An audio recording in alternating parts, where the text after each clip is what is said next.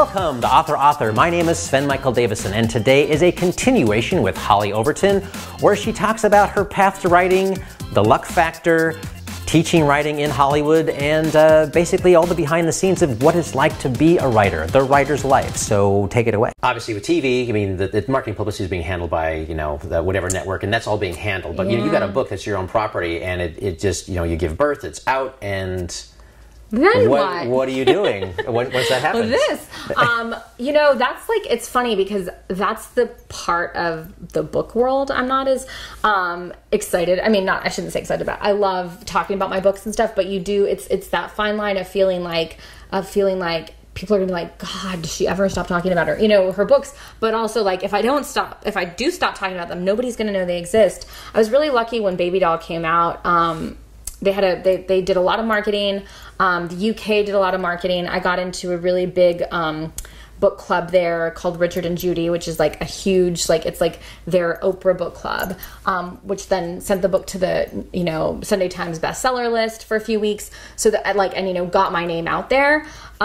They don't spend like that. They don't do all that marketing usually for second books. You know, that's like very much like you're a debut author, you get a lot of attention, and then it's sort of like, let's see how you do, you know, on your own. And it's a very tricky thing between like knowing like what to do, right? Like, you know, because you're on, I'm on all the social media, on Facebook and Twitter and Instagram.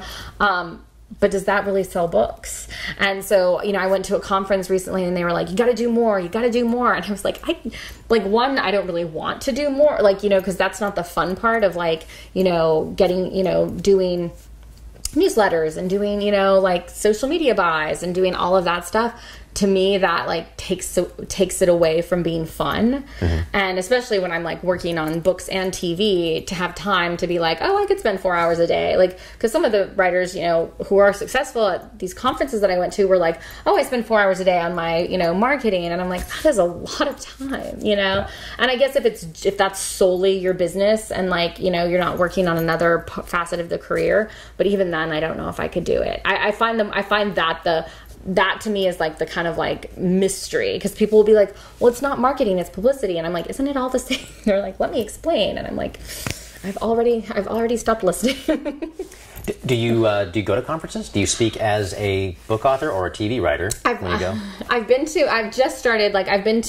a couple. I went to Thriller Fest this year, which is the big thriller conference in New York, which I would highly recommend.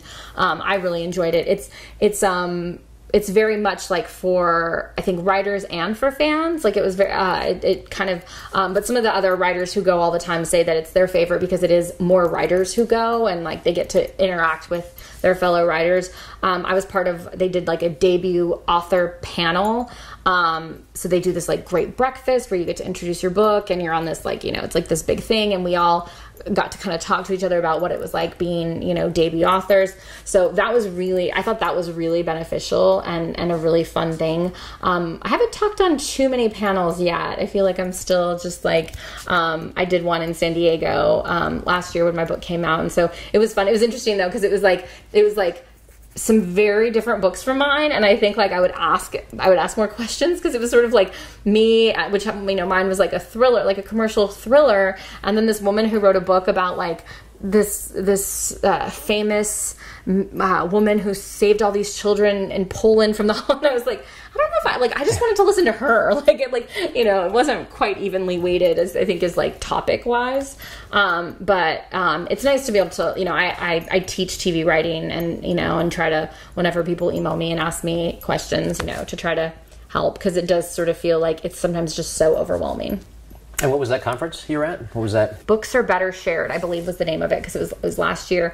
It was for librarians and bloggers. And so it was great, because, you know, you're meeting, like, these were actually people reading, and like, you know, like these were real readers who had book groups and came with their book group. So it was a really cool thing. And then Sisters in Crime actually was on a TV panel for Sisters of Crime earlier this spring, talking about adapting your work for TV. Or film. I had, obviously, Shadowhunters was based on a book series called The Mortal Instruments, so we talked about that. But then I've gone through the ringer of trying to adapt my own stuff and seeing that process. And these conferences you're going to, are these things you're booking yourself, or your manager's doing it, or are you cold calling? No, well, they've all actually been through referrals. Okay. So Kemper Donovan, who was on, he put me in touch. Actually, he just happened to be emailing with the woman that owns the is it Mysterious Galaxy in San Diego, and she had what I'm reading, and it was my book. On her, signature line, and she was involved with it, and he was like, oh, if you're interested, and so he put me in touch, and that's how I ended up on that conference. And then Sisters in Crime, I just emailed because I knew I was going to go to the conference, and I was like, hey, I'll be at the conference. And then it's so that as far as I think publicists, people think like, oh, well, you have a book publicist. Publicists, they do as much as they can, but I think it is hard if you're not like a big name, or you're not someone who has like a huge sale, right? Like if it's like, you're like, they got, 8 figures and Universal bought their book. I think it's much harder to get on those. So, but some of it is just emailing and calling and doing your own stuff. Like I'll be going to Texas. My publicist booked it, but I'll be going to Texas for a book reading just because it's where I'm from. And, I'm going to do a reading at the Barnes & Noble there. So I think, one of the other things that they said at Thriller Fest, one of the writers said was, he was like, smaller markets, like if, he lived in, I think somewhere like South Carolina. So he was like, he booked all sorts of things. He's like, but LA is really tough. Like Southern California is really tough. Like the market is saturated. They want to get the, the big names. And, he was like, all these people were like, oh, you just have to email so-and-so and they'll, but that takes a lot of time. That takes a lot of energy and effort to do all your own marketing that way. And where in Texas? Corpus Christi. Okay, yeah. So right on the Gulf Coast, yeah. I was born in Galveston. Oh, were you really? Yeah. That's so funny. That's the name of my movie I'm writing. Oh, wow, okay. Yeah. Wow. I left before my name became 2 syllables. So. Right. Yeah. Yeah, but that's true. What advice do you have for aspiring writers? Especially, I guess, well, 2 different ways. I mean, because you're doing 2 different types of writing careers. But, right. For one, for maybe aspiring, fiction writer and aspiring television writer. I would say for both TV and for fiction, two things. Take classes, because you'll learn the craft, but you'll also meet people that like will guide you along your way. And that's been true for my, my book career, meeting Eduardo, and for my TV career, meeting lots of different friends that people that I'm still friends with, that I got managers through, that, that like, it's a very small community, and those are the people that will also see you through when you're discouraged and you think like, oh, I don't want to do this anymore. So I'd say take classes. And then for both, I would say enter contests. And, I would say do your research and enter contests, because there's a lot of contests out there that just want to take your money. And I think that's, you have to be careful, but there's a lot of really reputable contests that will make your career. And I think if you're, not everyone, I won't say this for everyone, but I think if your work is at a certain level and it's ready, you may not be winning the contest, but you should be placing and getting finalists. And if you're not, and I'm not saying that there's a lot of competition and stuff, but like I always had a pretty good track record. And the contests that I entered that I didn't get anything, those scripts were not that good.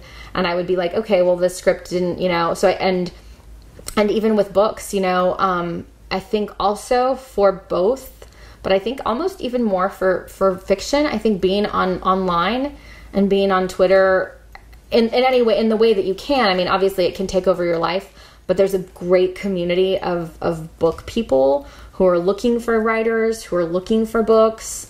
It's a very supportive community, I think, in a way that like I don't think that you would, because everybody thinks like, oh, Twitter's terrible, people are awful to each other. And I found that the book community and the people that I've interacted with, writers, agents, editors, are all just fans of great writing and great books, and they're always looking. And so there's like, if people are trying to get published, there's like pitch wars, and there's all sorts of stuff on Twitter where you can get, sometimes you just feel like, how would I even get my book published, or how would I even get an agent? Like there's a lot of information out there on Twitter. Do you have a favorite contest or a favorite writer community? Or well, I mean, like I said, the Bath novel, because we all sort of like, everybody sort of has like stayed in touch, and everybody's getting published now, so it's like this like cool community of like, this woman, Laura Marshall, her book Friend Request won Bath and was just published the same week mine was. And we're all sort of, cheering each other on. Some of the people who maybe were finalists are now, they're getting publishing deals or they're getting agents. So that's a great one. I think Pitch Wars, Brenda Drake is a woman who does the Pitch Wars, and basically I think like writers send like their synopsis and chapters, and then published writers work with them on their material, and then they work to get them agents. And I know friends that have been doing that. It's really helpful, and it seems like, just from what I'm seeing from the outside looking in, because I'd thought about doing that too before I got my deal, and they're very supportive and very encouraging. So I think it also just makes you feel not so alone, like you're getting writer advice, you're like reading, you're hearing about people who got like rejected 100 times, and that 101 they got an agent and sold their book, so it does make you feel like, oh, okay, it is possible. I'm not alone. You teach screenwriting, or? I teach TV writing at Script Anatomy, which is here in LA. And it's basically every teacher who works at Script Anatomy is a working television writer.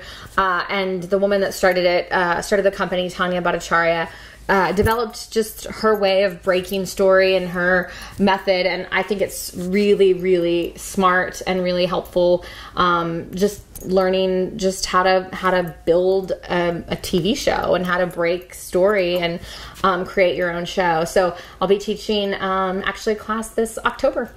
So it's a 6-week class, and you basically learn to write an outline, and so you're not necessarily writing a full script.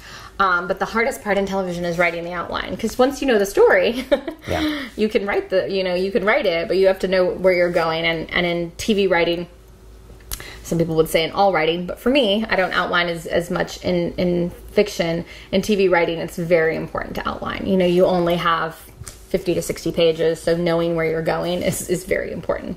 Yeah. The figure it out when you get there is not super successful in TV structurally. And also this class, I think, really does prepare writers. We run it, it's very much like a TV writer's room where people give notes, and it's a very collaborative kind of place.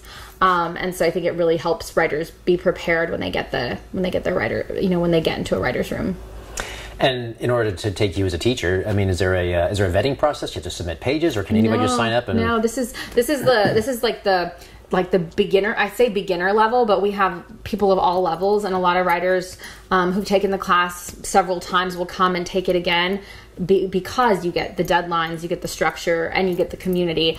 And I don't just say this because the reason I started teaching there was because I would recommend it to everybody. It's basically just like, you've got to take class there. You've got to take a class there. And I would recommend it not just because I thought the class was great, but because I thought the community was great. You just had people were very serious about wanting to be professional television writers, and they took it seriously, and they would help one another, and they would help one another get writing jobs or assistant jobs. They talk about their manager who might read, and it just, to me, I was like, oh, that's what's so hard to find in this town. And so because I was recommending it to so many people, Tanya was like, hey, why don't you teach there? And I really enjoyed it. I think it's like, I think it helps your process too. Also, when you're reading other people and sometimes you're like, wow, I got to up my game because these newcomers are good, it really does force you to, push yourself too. So this class is you just sign up, and if you've never taken a television writing class, you'll be good. But if you've taken it before, some of it you might learn, but everybody's writing and you're giving notes. So it's not a lot of it's a lot of hands-on. It's not a lot of there's obviously lectures, but there's not a lot of let me just lecture you about, the history of television writing. It's very hands-on. Sounds like a good network opportunity too. It's a great network. I mean, yeah. And you see we have people getting into the fellowship, like the Warner Brothers and ABC. We have people getting staffed in the program. And everybody's it's people are having parties and inviting all their writers friends from their writers groups. So that's what I really love about it. And why I was like, yes, I will. I mean, this is the first class I've been able to teach in a while, but I'm really excited about it. Jumping to your third book. You have a deadline, because it sounds like, yeah. I do. And so you know your publish date, right? I do. I don't know I haven't asked because I don't want to know. Okay. I don't want to know the exact publishing But date. you have a due date they're giving you, though, right? They've given me a date, yeah, which is like it's a very tight deadline. But I'm confident I can do it. I mean, I'm not on a show right now, so I think that's the reason I'm confident I could do it. I don't think I'd be able to do it if I was also working on a show. But I'm excited. It's more of a procedural, it's not a procedural. It's still a domestic thriller, but it has a little bit of a procedural element. It's set in LA, which is my first attempt at writing, in where I live here, and it's called Silver Lake, and it's about a woman who works as a psychiatrist for the LAPD, and her foster daughter goes missing, or is murdered, and she sets out to find the killer. So I think it's like gonna be. Someone's over this. I think it's like he's like, I think we're done here. I'm really excited about writing it. So I try not to think too much about the deadline. Do you prefer deadlines? I do. I'm very deadline driven, and I find like I tend to procrastinate a little bit, and then like some fear driven thing kicks in, and I realize like, okay, now it's time to get serious. So I'm very good. I also think that's why I'm a big fan of contests, because they'll always give you a deadline, and it's very hard if you're just like, how do I know when this is done? And I'm like, well, when this is done, this contest deadline is a month and a half from now. I should have this script done, or I should have this short story done. I think that's a really good, because as writers you could tinker forever. I have a friend who's working on a book, and I'm like, finish it.